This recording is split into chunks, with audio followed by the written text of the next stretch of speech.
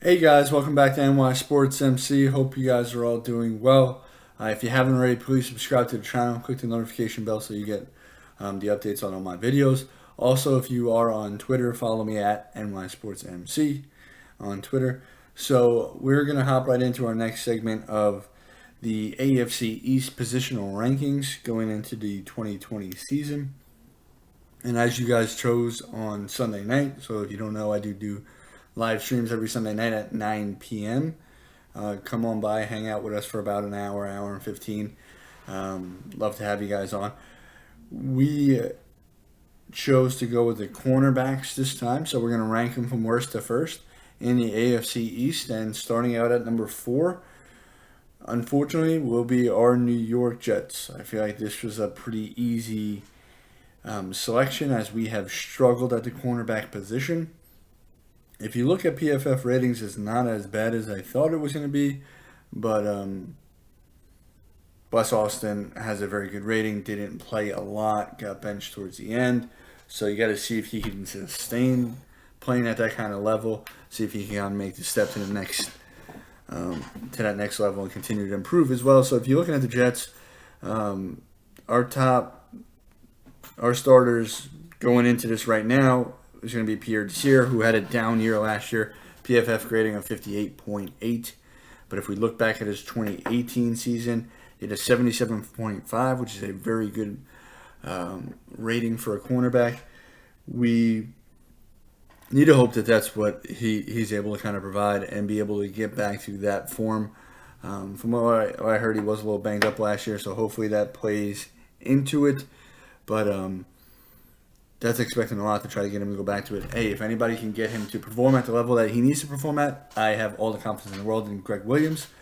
But our other starting corner looks to be Brice Austin, who had a 71.4 Pro Football Focus rating. Again, very limited sample size last year. Did get a little bit exposed towards the end and got benched for, I believe it was the last 2 games or so. So we got to see if he can really sustain success. If he would have finished out the year, there's a chance that PFF rating would have came down. Maybe that's what Greg Williams and the Jets coaching staff was doing, trying to protect him as he's had a lot of injury histories throughout college.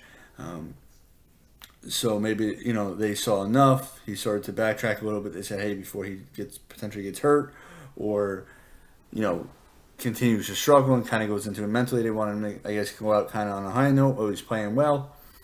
So I do have faith in Brice Austin. I think he can be a solid number 2 corner in the league. Can he be a number 1? I don't know yet. Probably not. But we have to see with him. And then you have Brian Poole, who's the best slot corner probably in the division. One of the better slot corners in the league. He had a PFF grade last year of 79. He is very, very solid. He actually had the second highest PFF grade in the whole division. But while the slot corner is becoming more and more important every single year as these teams are starting to pass a lot more and starting to really get those slot receivers going and go into that area quite a bit, the outside corners are still the most important, right? The top receivers are going to be on the outside. You need to have a top corner, and that's why even though Brian Poole had the second highest rating in the division, it doesn't help us as much because he's a slot corner. And then we also have Brice Hall, who we selected this year in the 5th round. And there's a lot of high expectations, had a 1st or 2nd round talent on him. But injuries were a big concern. Obviously, coronavirus didn't help, where he was not able to show anything or show that he was healthy, as he was going to compete at his pro day. But obviously that did not happen. So Brice Hall is our hope for the future. Hopefully he doesn't even have to play this year. And then there's obviously the rumors that we may try to bring in Logan Ryan or somebody else, but we'll have to wait and see. But for right now, we have the Jets as number 4. We definitely do have some potential there, but nothing that we can really rely on that would warrant us even being in the conversation to move up even one spot, because the cornerback position in this division is very, very good. So we'll move on to number 3. We're going to go with the team who I think has the second best corner in the whole division, and that is the Buffalo Bills. And Tre'Davious White, I would have as that second best corner in the league behind Stephon Gilmore. Tre'Davious White is a tremendous man cover corner. had a 75.6 Pro Football Focus grade last year, has been a very, very solid player ever since they drafted him. And he's just a stud. He is a true number one corner, something that our Jets do not have. Now, when you look beyond him, you have Levi Wallace, 67.7, and you have Josh Norman, who Josh Norman fell off big time last year, had a PFF of 45.6, looked like a shell of himself. But who knows, maybe he wasn't happy there in Washington. Playing on a stinker of a team, right, can sometimes bring you down. The year before, he did have a 68.9, a very, very good rating. But because of the fact that Norman is much old, is getting towards the latter part of his career and fell off quite a bit, I have the Bills at number 3. Because you just look at some of these other groups and they're just really, really special. So they have the ability to compete with the Dolphins, who I will now have at number 2. But we have to see, was it more a product of the poor team around Norman, or is it a product of his age that's making him kind of regress here? So at number 2, like I said, the Miami Dolphins, you have Xavier Howard, who is a very good corner as well. His biggest thing is he's got to stay on the field. I believe he might have played one full season, or maybe not even a full season. Last year, he played about half the season. I think less than half the season. Pro Football Focus grade was not very good. The year prior, he played 14 or 15 games, had a 77.3 Pro Football Focus grade. So he definitely has the ability. It's the reason the Dolphins, at the time, made him, I think, the highest paid corner in the league. Definitely shows that potential. It has to stay on the field, right? The best ability is availability. So Xavier Howard has to show that he can play the whole 16 and be productive. They also made the big free agency splash in Byron Jones from the Cowboys. Jones started his career as a corner, moved to safety, then this past season went back to corner, had a productive season, 76.1 Pro Football Focus grade. I'm not sold that he's a top tier corner.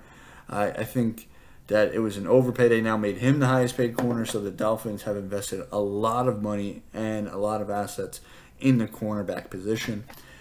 We have to see how Byron Jones can continue to do as he now stays at corner. Doesn't really get the interceptions. He didn't have a single interception last year. So, he's a good player, definitely a solid player, but we'll have to see if he can live up to that contract. I don't think he will. Hopefully for the Dolphins' sake, I don't think it'll be as bad as the Tremaine Johnson signing that we did. I think Byron Jones will definitely play better and play respectable, but will he live up to that contract? I don't think so. And then they also drafted in the first round one of their 3 first-round picks, Igbahogany. Hopefully I did his name justice. So obviously no Pro Football Focus grade on that. I'm not doing college Pro Football Focus grades. But he looks to probably get a lot of time this year as well. So obviously a first-round talent. Definitely some ability there. So you got the two highest paid corners in the league and a first-round pick. Obviously you're going to be ranked pretty highly in here. And then at number 1, you got to go with the New England Patriots. They have the best corner in the league in Stephon Gilmore. 82.8 Pro Football Focus grade last year. All-Pro, was a Defensive Player of the Year, I believe, as well. He had a 48 quarterback rating against him. Not quarterback rating, completion percentage against him. Passer rating. I'm looking at a stat here from Pro Football. 48% passer rating, which was 3rd in the league. The 2 higher than him, Richard Sherman, and actually his teammate, C.J. Jackson. J.C. Jackson. I'm sorry. I'm all over the place tonight. J.C. Jackson, who had a Pro Football Focus rating of 67.4. That passer rating allowed was 35.9. That is amazing. He's a very good deep ball corner, as he had the best rating on the deep passes against him as well. And then Jason McCourty as well, a 74.4 Pro Football Focus rating. They have 3 really, really good corners And this is why you got to put them number one. First of all, they got the best corner in the whole league. And then they have two very solid cornerbacks right behind him. We have to see what happens now this year as they've went through some changes. They lost a few pieces on defense. Obviously, they lose Tom Brady on offense. And you guys have heard some of my videos before. Losing a player like Tom Brady on offense will affect every part of your game because now they're not going to be able. Well, you would assume going to Jarrett Stidham, they're not going to be able to control the ball that they were. Just the veteran presence of one of the best quarterbacks to ever play. He knows when the defense needs a breather. He knows when to slow the game down. And obviously, they were moving the ball very well, putting the defense in good positions. So we'll have to see. Like I said, I think that they're loaded with talent, though. So I still see them being a very, very good unit, even without all that. So that's how I have it. The Jets coming in at number 4. We have some potential for the future, but nobody's proven really on our team. So you can't have them any higher than that. Third, you're going to have the Buffalo Bills, with Tre'Davious White leading the way. He's the second, like I said, the second best corner in this whole division. Then you have the Dolphins at number 2. They spent big on this position recently when it comes to both cash and draft picks, as they have the 2 highest paid corners in the league, plus a first-round draft pick from this draft. And then at number 1, like I said, you have the New England Patriots, best cornerback in the league, Stephen Gilmore, C.J. Jackson, J.C. Jackson, I don't know why I keep calling him C.J. J.C. Jackson, best passer rating allowed at 35.9. They got to be number 1 going into this year. Let me know what you guys think in the comment below.